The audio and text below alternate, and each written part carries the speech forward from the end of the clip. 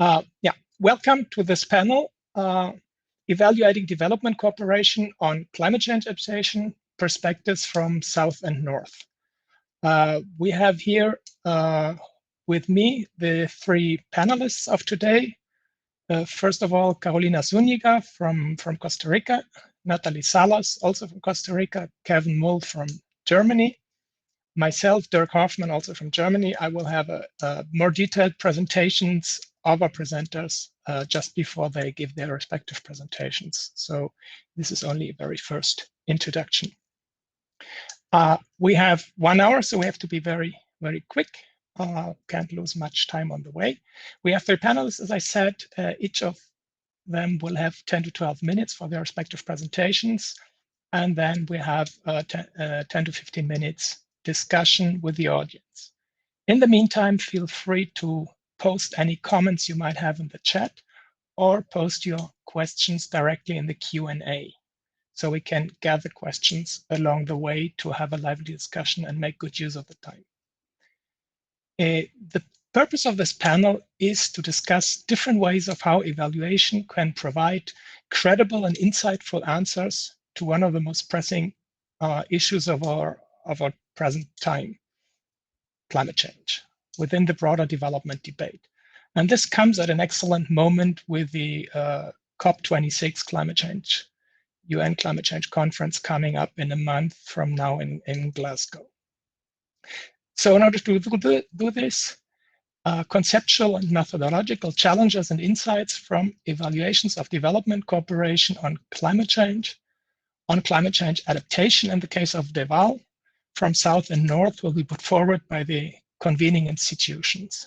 And those are, in the first place, the Costa Rican Ministry of National Planning and Economic Policy, Mideplan, and the German Institute for Development Evaluation, DEval. Mideplan and DEval are jointly implementing the Focelac Plus project, building evaluation actors' capacity and networking in Latin America as a contribution to the 2030 agenda. The project was conceived to support evaluation capacity development, ECD, in Latin America, and aims to enhance stakeholders' capacity and networking to be able to carry out their responsibilities in a more comprehensive manner within the framework of the 2030 UN agenda.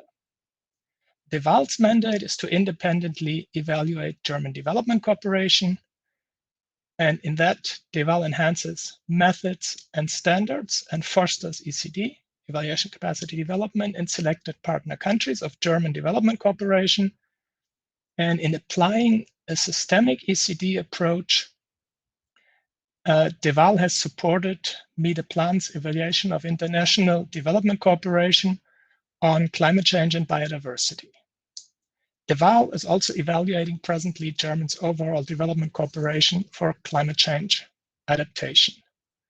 And drawing on this background, we offer three presentations. The first one, assessing international cooperation towards climate change and biodiversity conservation in Costa Rica from 2010 to 2018, the South perspective, presented by Carolina Zuniga from Mideplan. The second one, conceptual considerations on the role of evaluation capacity development and learning and evaluations of international cooperation towards climate change, presented by Natalie Salas. And the third one, strategic evaluation for climate change adaptation, integrating portfolio and allocation analysis, evidence gap maps, and systemic reviews, representing the Northern perspective, Kevin Mull from DEval. Without further ado, we start with introduction of our first speaker, which is, as I said, Carolina Zuniga from the Costa Rican Ministry of Planning and Economic Policy, Mideplan. Carolina Zuniga is a Costa Rican sociologist with a master's degree in evaluation from the University of Costa Rica. She has worked as a researcher in social sciences for more than 10 years. Since 2014, she is focusing on programmatic evaluation within the international cooperation and more recently within the Costa Rican government. At present, She works as an evaluator at the Ministry of National Planning and Economic Policy of Costa Rica. Having said this, I turn over the floor to Carolina. If you would kindly start your presentation and share your screen. Thank you very much for being with us. Thank you, Dirk.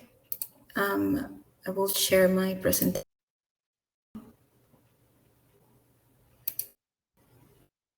Just confirm.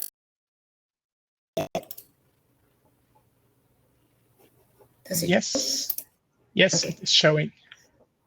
Thank you. Well, as Dirk said, I will show you today the experience of the evaluation of the non-reimbursable international cooperation in biodiversity and climate change received by Costa Rica during 2010, 2018. And well, before moving into the details of this evaluation, I would like to highlight why this evaluation was chosen, or why this evaluation was very special for us. And first, there was an interest of Mideplan, of the Ministry of Planning, and also the Ministry of Environment and Energy in reviewing the management and results of the international cooperation systems in these two thematics, as well as its contribution to the alignment and the fulfillment of the related SDG and the 2030 agenda. It was also an evaluation with a lot of governmental support, in this case for the Minister of Planning and also from the President of the Republic.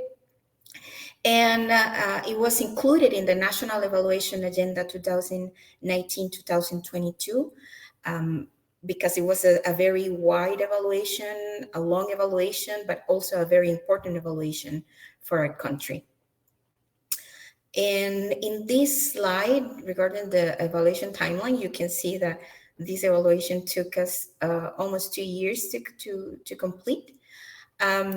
However, it was a very long evaluation, but it had like two specific things that we don't usually do in other evaluations. So I would like to highlight two things right here. First is that we had to perform, before the evaluation started, before the implementation of the evaluation started, we have to perform a portfolio analysis because it was necessary to carry out, in order to complete some information that it was missing from the databases. We need to collect some very important documents in order to limit or to define the evaluation of results and the whole evaluation itself.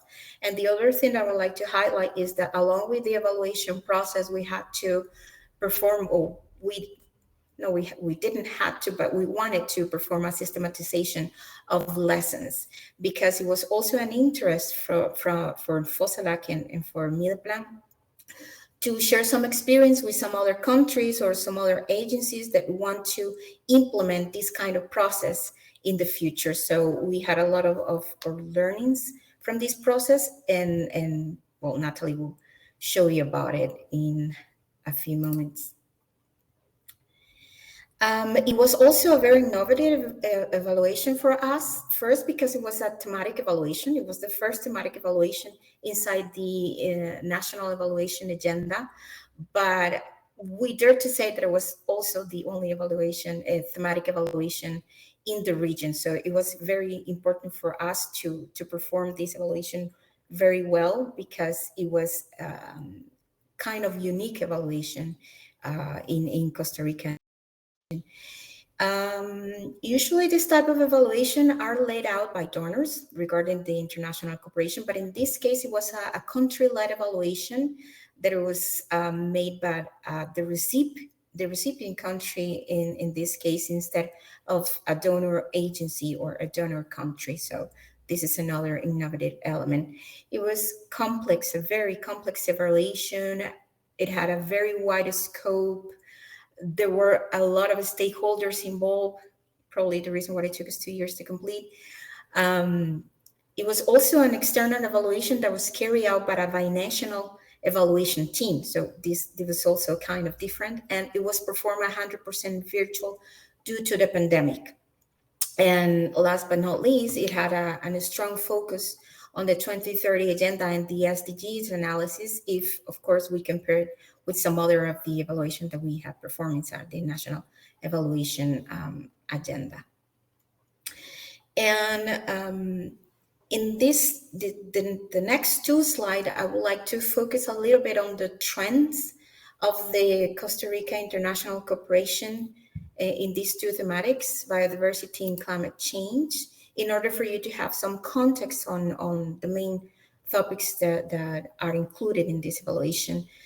And in the graphic that you have on your left, there's the international, the tendency of the international cooperation regarding the millions of dollars.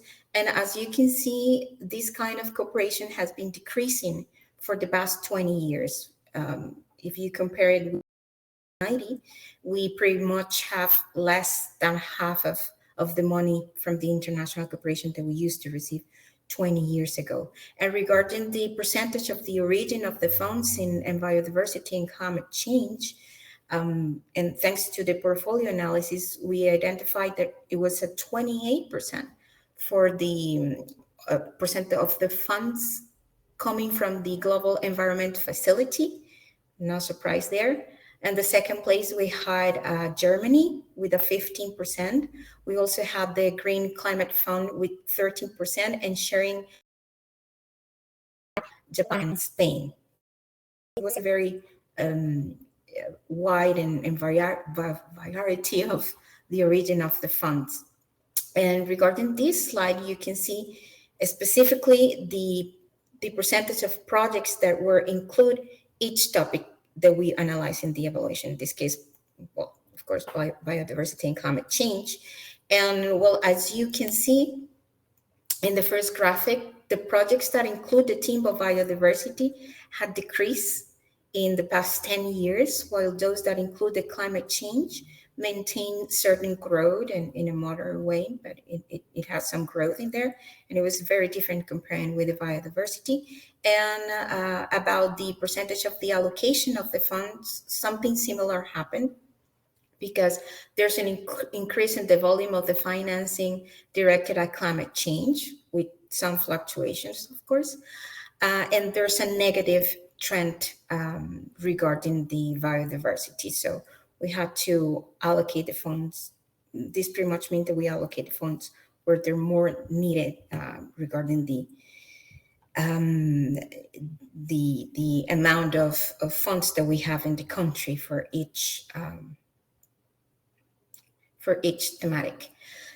And moving into the conclusions and some recommendations and lessons learned from this evaluation, we had a lot of them, but I would like to focus on these 4 conclusions because they were the most important for us. First is the alignment of the cooperation received with the national goals and international convention. It was not always clear, and most of the time it was not explicit. This means that not all of the time there was a general awareness that the reason for cooperation is to meet the country's goals. This means that there's a very important element to be considered, especially for politicians and also for the cooperating countries and agencies. And there's a lot of sensitization to do about the cooperation model and the national goals with these counterparts. That one was kind of part of the recommendation, to disseminate the cooperation model. This doesn't mean for us that we cannot seize the opportunities when it comes. It just means that we need to understand and be more aware that the international cooperation is a means to an end, and there's some goals that we have to target, and we cannot deviate from that.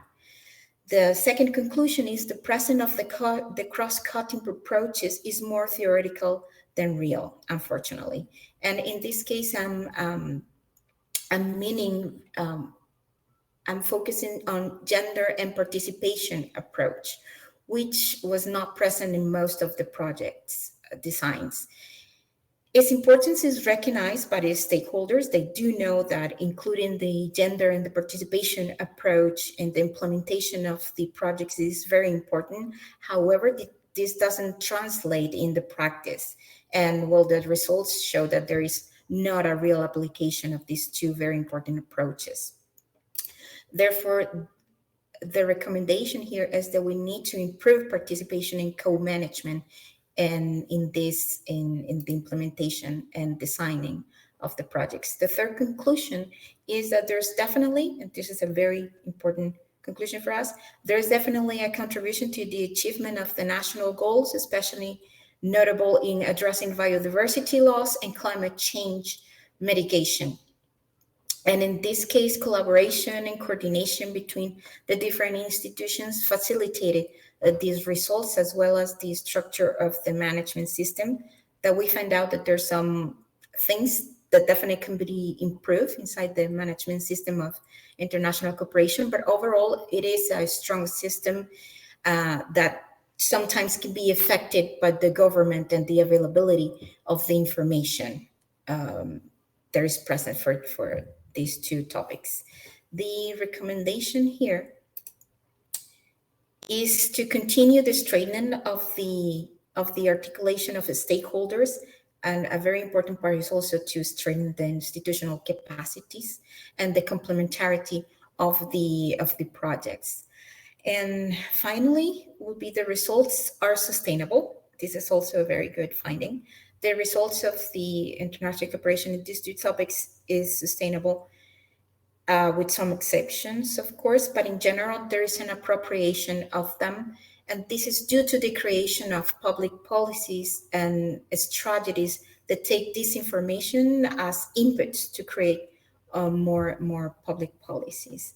And well, in this case, we do know that this is an opportunity to improve the knowledge of the management, the access, and also the dissemination of the projects and results, so this can continue in the future. And regarding the 2030 agenda and the SDGs, we do have some lessons learned in this area, and is that complying with the SDGs required to guarantee that the institutions design policies considering the 2030 agenda. And here I would like to show a slide that we find out that in these two topics, there's an alignment to different SDGs, especially 6 of them. Karina, one more minute, please. I'm about to finish. And as you can see here, there's 56% of the projects that we analyze here, they didn't include into the design the alignment with the SDGs, not explicitly at least. This doesn't mean that there's not an alignment, but it's definitely not explicit. So we need to work on that. We also must foster advisory to institutions and stakeholders from these different sectors in order to set the baseline. And this includes doing more ex-ante evaluations and work with them in order to contribute and be clear enough about what the policy outcomes will be. And last but not least is that this evaluation had a broad scope and very important findings in conclusion, and is definitely constitutes a starting point that can be developed in subsequent evaluation exercises. So definitely something that we need to keep doing in the future. And that will be my presentation. Thank you very much. Thank you very much, Carolina, for this succinct presentation of a very complex evaluation process, which we have accompanied. So I know how complicated it is and how difficult it is to sum it up in very few words. So excellent job, and thank you also for keeping within the time limit. Not to lose much more time, I pass over directly to our next speaker. With us, we have Natalie Salas from the Focelac project. As I said, Focelac is run by Mideplan and by DEval. So half the people work in Bonn in Germany, and the other half we work in San Jose in Costa Rica. Natalie is a social psychologist with extensive experience in the development of social projects, both in the Costa Rican public sector and in international cooperation projects. She is specializing in program evaluation and is part of the ECD term of the German Institute for Development Evaluation. Her focus is on implementing the Focelac project aimed at strengthening ECD, evaluation capacity development in Latin America. So without further ado, the floor is yours, Natalie, please. Thank you very much, Dirk, for your introduction. Well, I'm going to present some considerations on the role of evaluation capacity development, or ECD, in the evaluation of non-reimbursable international cooperation received by Costa Rica in biodiversity of climate change within the framework of 2030 agenda, the evaluation that Carolina just presented. So first, I'm going to talk a bit about DEval's ECD project on evaluation capacity development. Then I will present a case of study of our ECD approach application. And later I will explain the methodology we use to extract lessons. And of course, I will also share those lessons that we learned in order to know what actually worked in this case. So as many of you may know, evaluation capacity development is a formal process of establishing both human capital and organizational structures needed to perform high-quality evaluations. And in DEval and with Mideplan, we have been developing three ECD projects. We have developed 3 of them in Latin America since 2014, and we are still working together on that. We use a systemic approach in our projects, which means that we work with the national evaluation systems as a whole, right? Not just some of the stakeholders, but the system as a whole. And but we also take into account the processes, the patterns, the perspectives, boundaries, and also the interrelationships within the systems we are working on or with.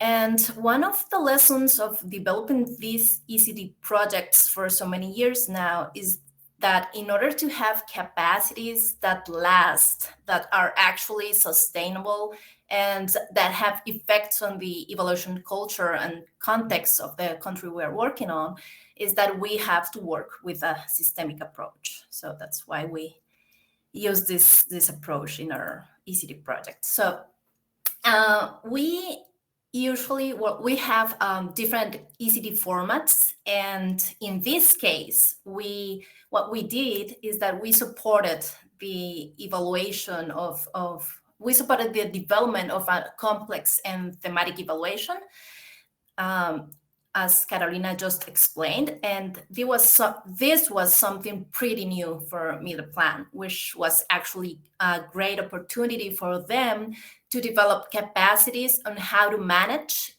thematic evaluations and and learning how to better include several SDGs in an evaluation and how to work with a multi-sectoral stakeholders. The process we followed on this format was that first, the commitment to support a key evaluation, right? It has to be an important evaluation that we support. Then we do the supporting with technical and economical resources. And later we develop a process to identify the lessons learned during the different phases of the evaluation. And finally, well, we share the lessons learned throughout the process. So to extract the lessons learned during this evaluation process, we conducted a systematization of experiences, which is a methodology developed in Latin America during the 80s decade, and it is grounded on popular education principles.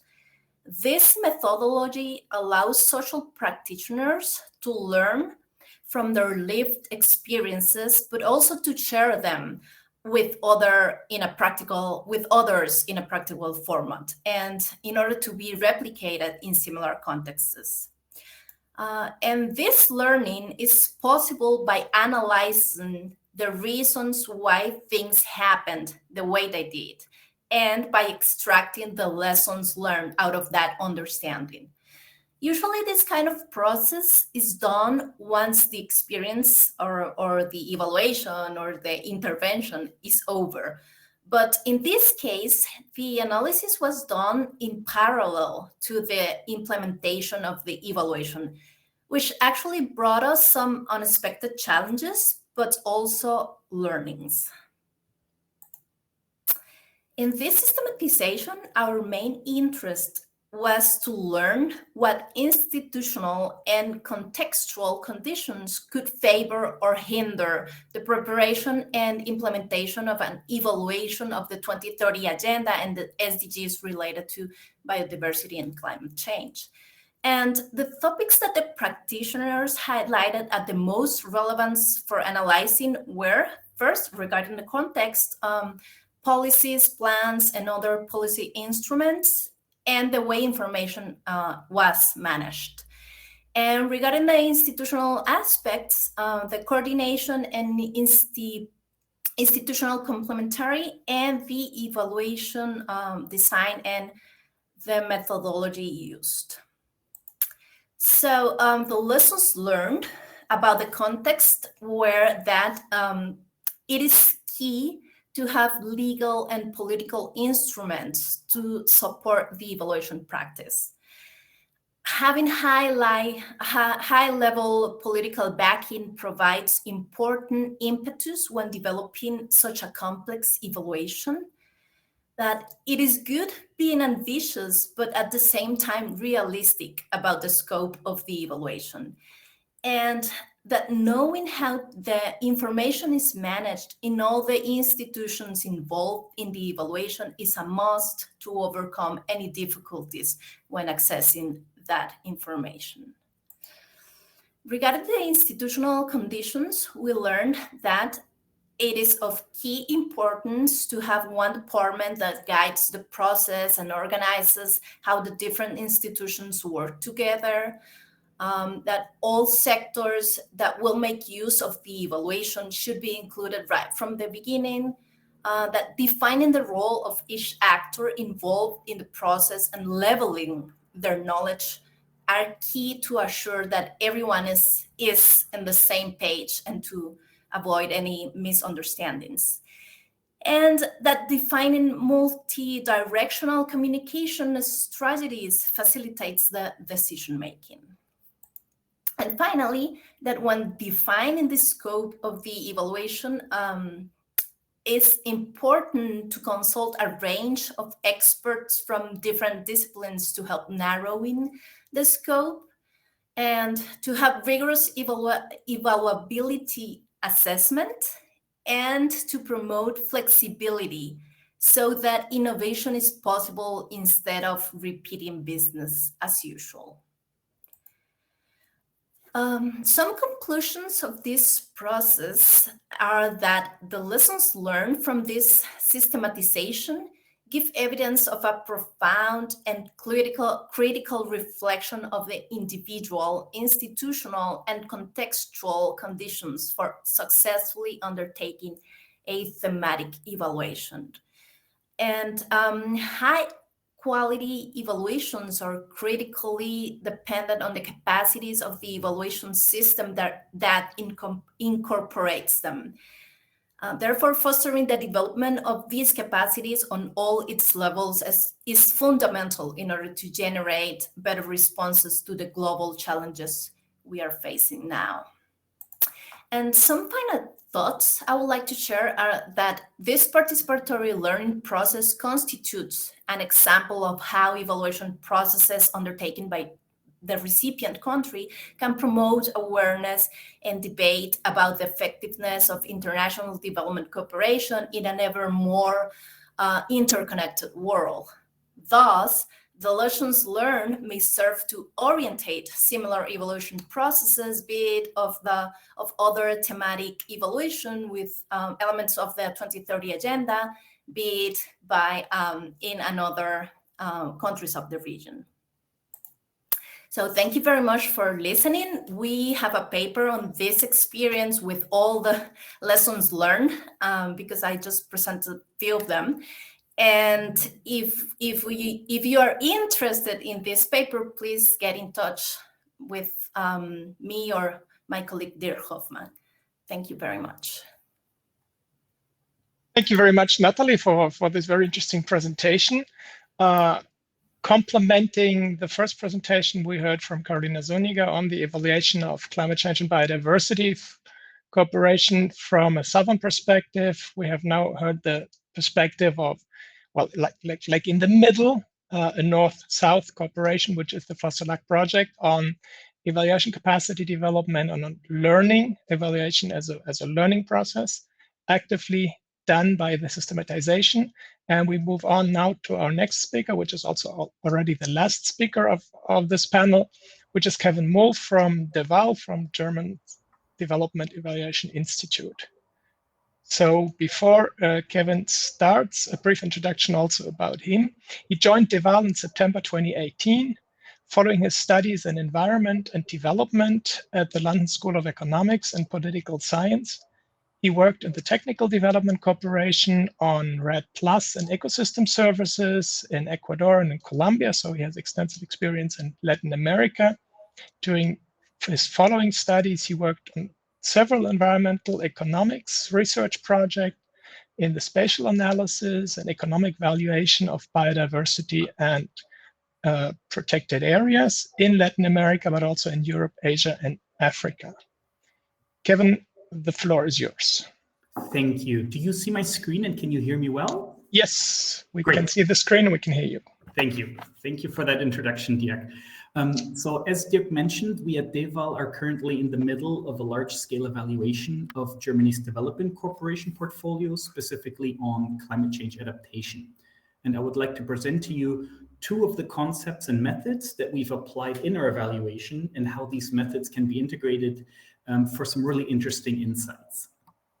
And the first concept is a portfolio and allocation analysis of German Development Corporation.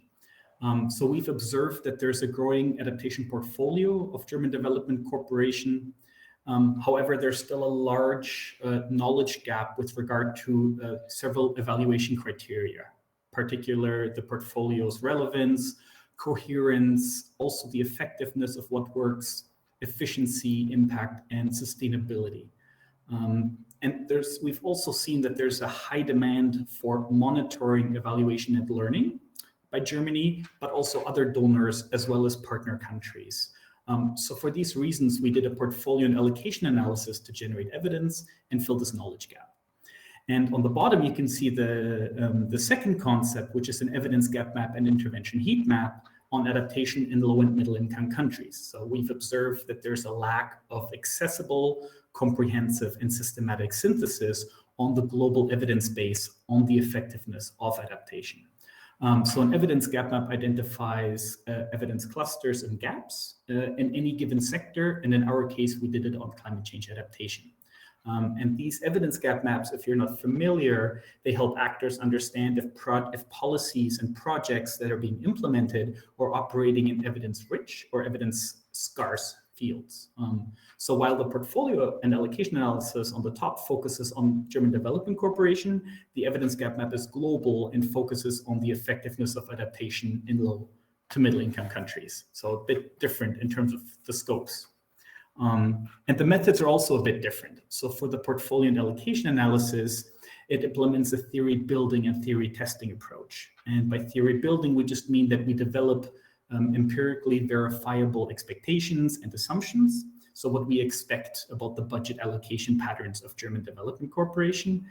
And the theory testing approach is trying to confirm this theory, confirming or refuting the expectations using quantitative statistical analyses. And the data sources are the OECD data, so information about the adaptation projects, as well as documents and literature from the projects themselves, as well as qualitative interviews to confirm the data that we find.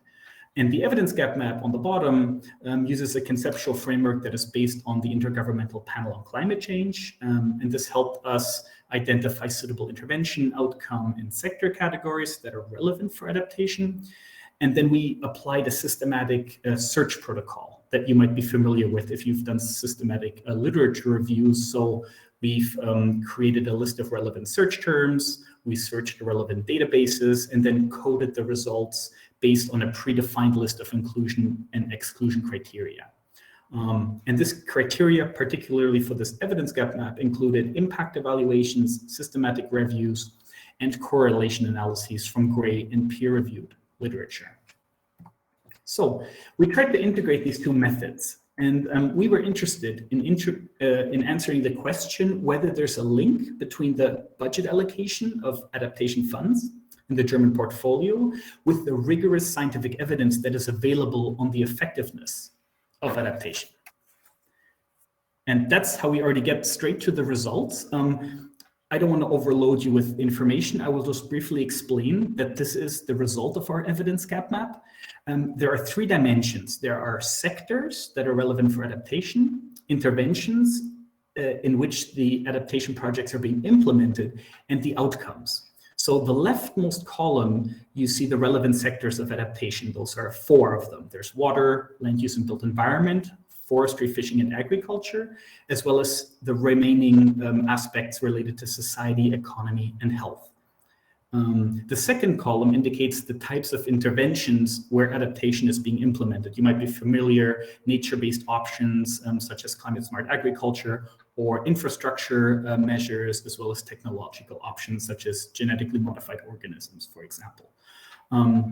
And the columns indicate the different outcome categories that we've identified based on the IPCC assessment reports, kind of the golden standard in terms of how adaptation can be conceptualized. And now you see all the cell combinations of different intervention and outcomes.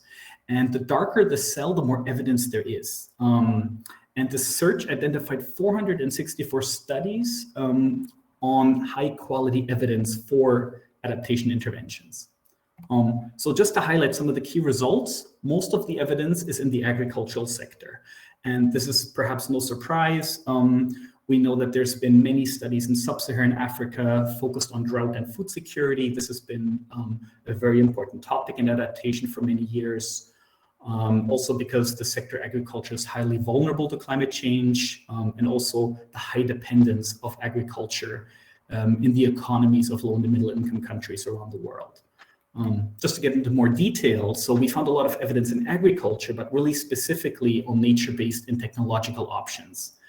So this includes, for example, conservation agriculture, different irrigation projects, as well as agroforestry to increase the economic returns of agriculture, but also technological options, so drought-tolerant varieties, genetically modified organisms, and fertilizers also increased the economic returns of agriculture. And just to highlight some gaps, so on the flip side, we saw that in the water and land use and built environment sectors, there was really scarce evidence available on the effectiveness of adaptation projects. So interventions like water conservation or desalinization, river restoration, or also early warning systems for floods or the planting of mangroves, coastal protection, seawalls, very little evidence.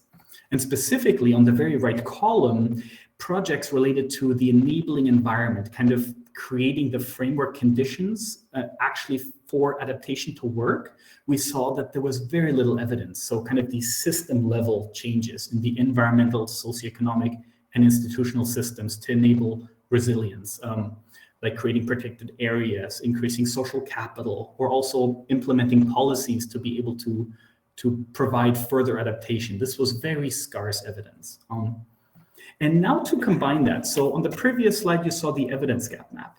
Now you see it combined with the intervention heat map. So the blue cells indicate how much portfolio allocation there is for each of the cells in the evidence gap map.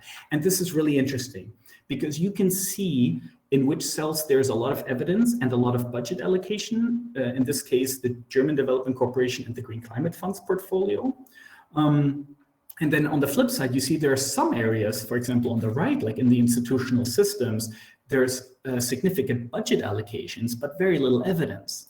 And that's really interesting because that means that actors are active in areas where perhaps there's little evidence, or it could also mean that there's little activity in the areas where we know something that works really well. And just to provide you a simplified graphic of the previous matrix, this is just another way of presenting the same information. The size of the circle indicates the allocation in the German portfolio for the interventions and sectors, while the vertical height of the circle indicates the amount of evidence that we found for different interventions and sectors. So on the left, you can see that there are some interventions like built infrastructure and institutional interventions that receive a large allocation, but have limited evidence. Or the technological options have a lot of evidence, but the budget allocation of the German portfolio is quite small. And on the right, it's the same idea, but for sectors instead of interventions. So like we saw before, agriculture has a lot of evidence and allocation, but the land use and built environment sector, for example, has a very high budget allocation, but very limited evidence. So very interesting results if you're able to integrate the different methods. So that was a lot of information really quickly. So just one of the key takeaways in terms of the method. So we're able to integrate evidence gap maps, intervention heat maps, and portfolio analyses.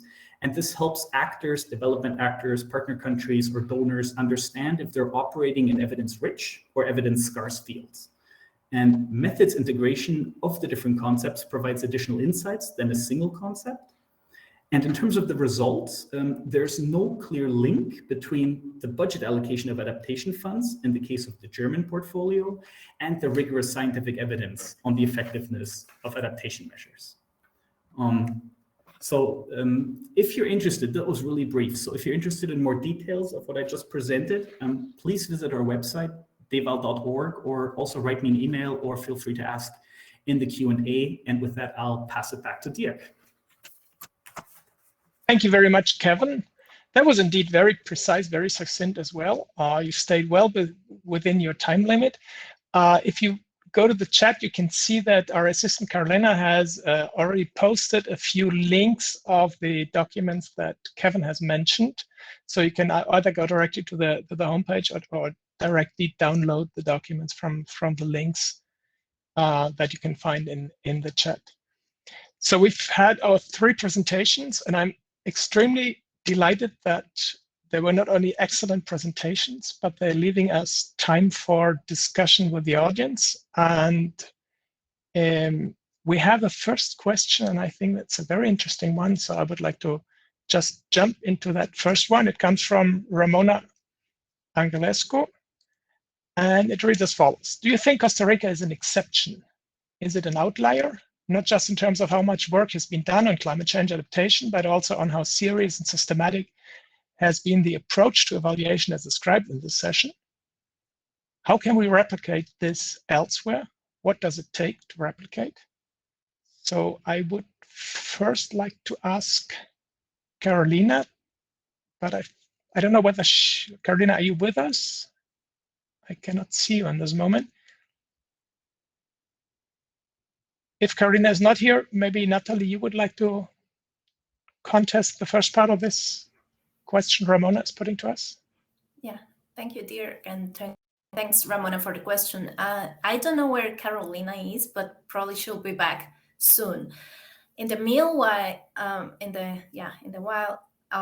would just like to say that I'm not able to answer that question because I don't work at the Costa Rican government, right? So the direct answer will have to come from them. But I would like to refer to the systematization we did, and that was an exercise we wanted to do in order to extract that main lessons that we could gain while doing this country-led evaluation of the SDGs and those specific topics on biodiversity and climate change.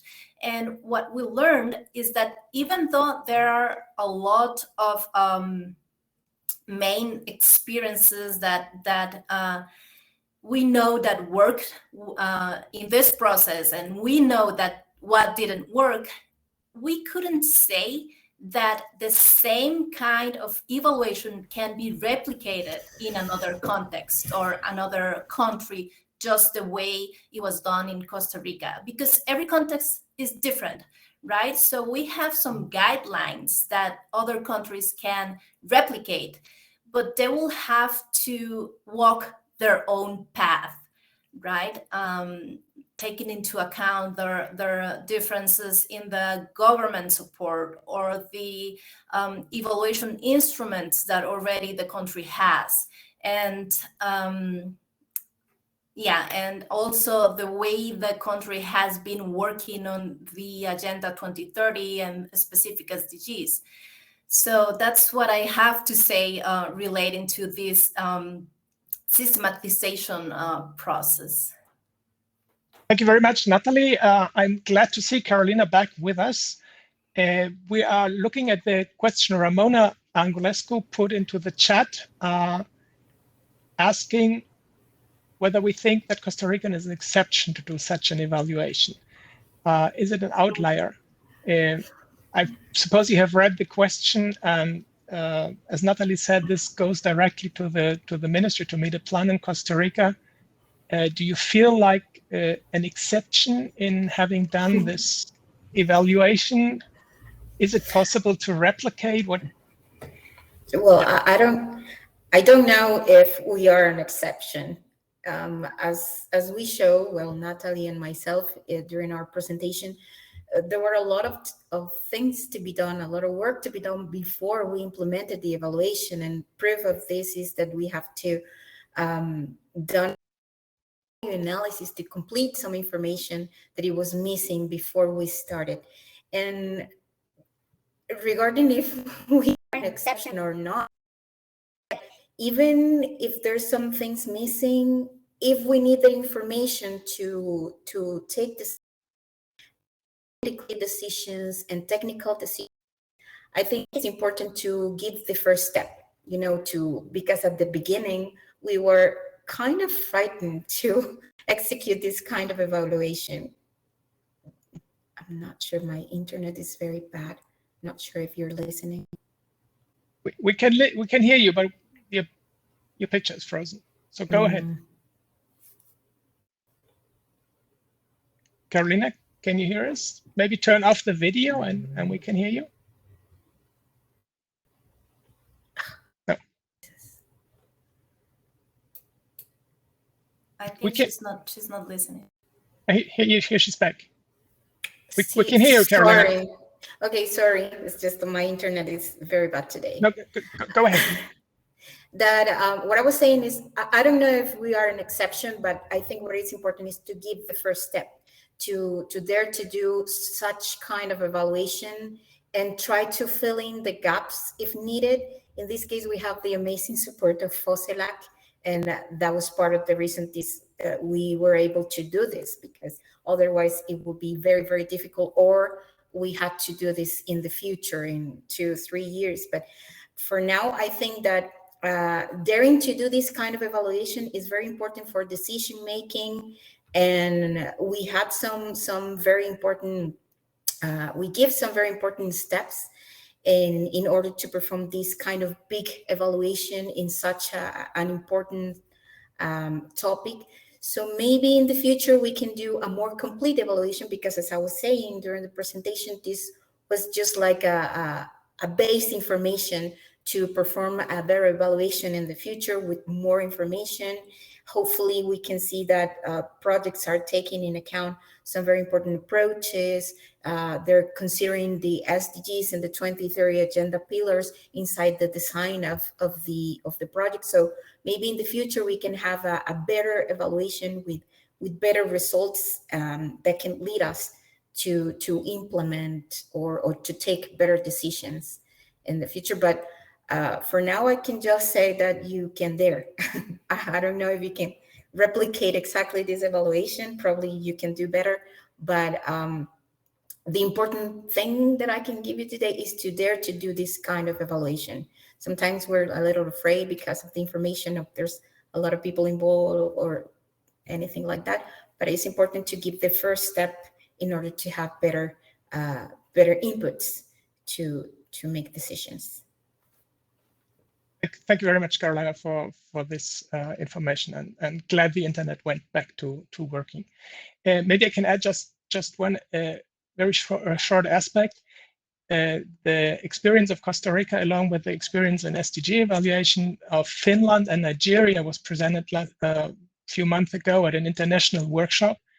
And we had participants from the planning ministry, and it's not exactly the ministry, but the National Planning Department in Colombia, asking for assistance from the project to help them to design a first thematic SDG evaluation in Colombia. So the example of Costa Rica is being fed into the process, the discussions in Colombia. And this is one of the aspects we as a project for Focelac think is very, very important, not only to work north-south, but in this case, have cooperation north-south-south. So different actors on different parts on an equal footing, exchanging information, experiences, and moving ahead, because the SDGs is a global topic.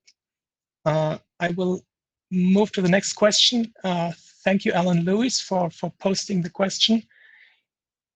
It runs as follows. Is there work being done looking at the complex intersections of the SDGs, that is gender equality and climate change?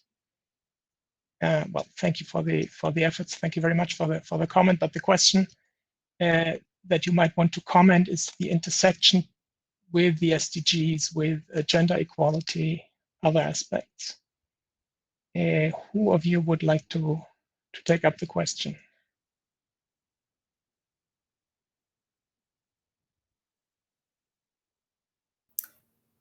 Well, I think this is also that, well, that was like a big step for Mideplan, right?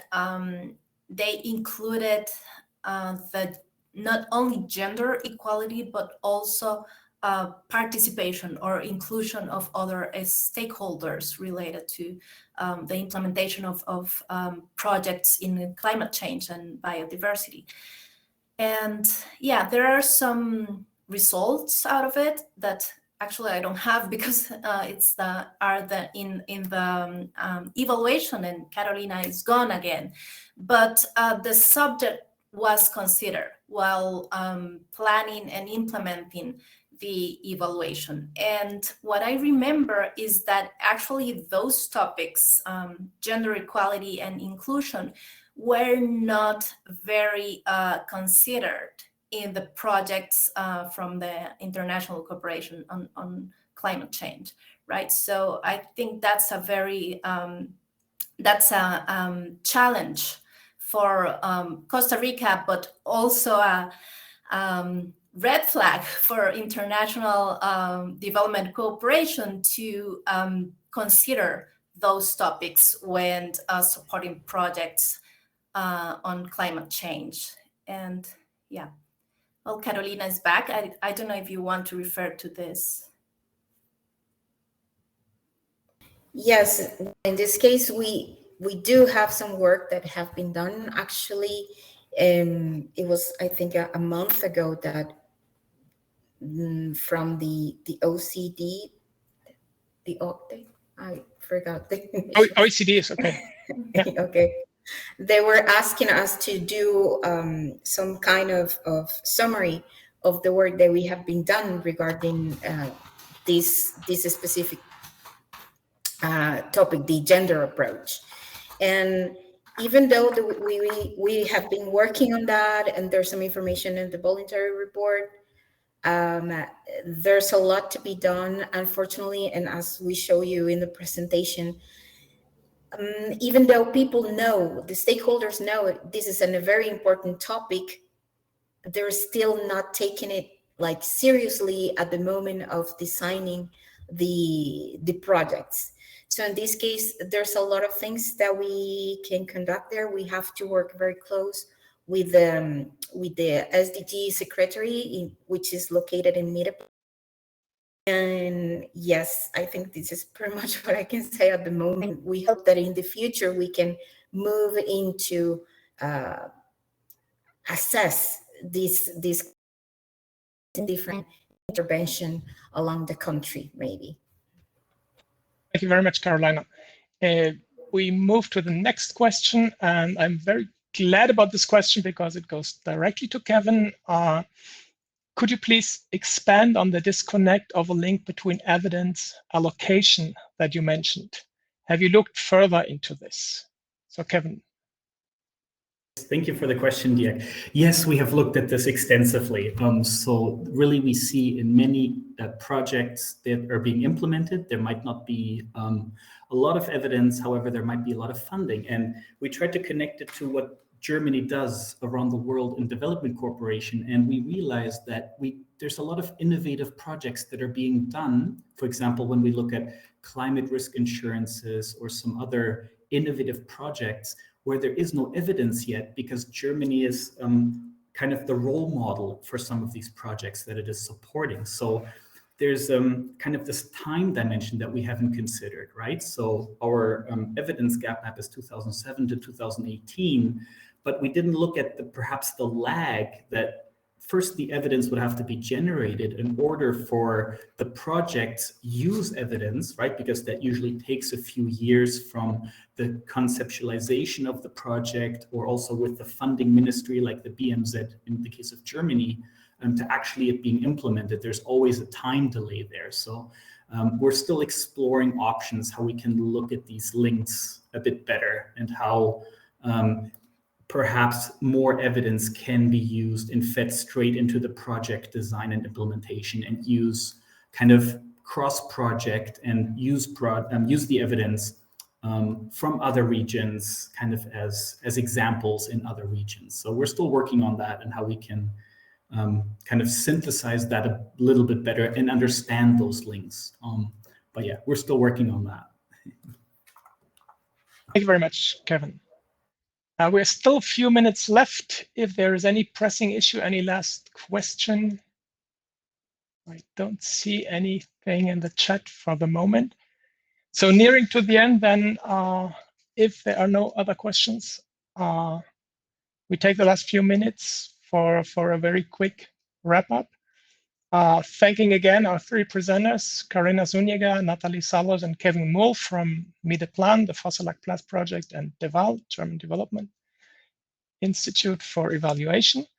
And also thanking all of you in the audience for participating, for being with us, especially those of you who enriched this discussion with your excellent questions. I think we could have a lot more questions. We could have a lot more discussions. We've only been able, with all the three presentations, to show, let's say, a few highlights, a few central aspects of the evaluation of the systematization process in question. You received a number of links, and we're all available. Maybe, Carolina, you could put our emails into the chat so that people can contact us for any follow-up, for future comments, for additional discussion or inputs, and we're happy to receive those. As you can see, it's all ongoing processes, even if the evaluation is ended and the results are there. We still have the implementation, and you still have new aspects coming in. That's one of the big challenges, to link climate change, biodiversity to the SDG agenda. And so there's a lot of aspects, methodology to be refined, to be tested, to be shared across countries, across hemispheres, etc. So yeah, there's a lot of information. Contact us, go to the homepage. Mideplan has a homepage, which is in Spanish mainly. So any of you speaking Spanish from the South American hemisphere could probably find a lot of interesting documentation. And then wishing you all an excellent conference, an excellent stay within the next few days. Again, a big thank you from us as the conveners and organizers of this, and bye-bye from our side. Thank you. Bye. Thank you very much. Thank you.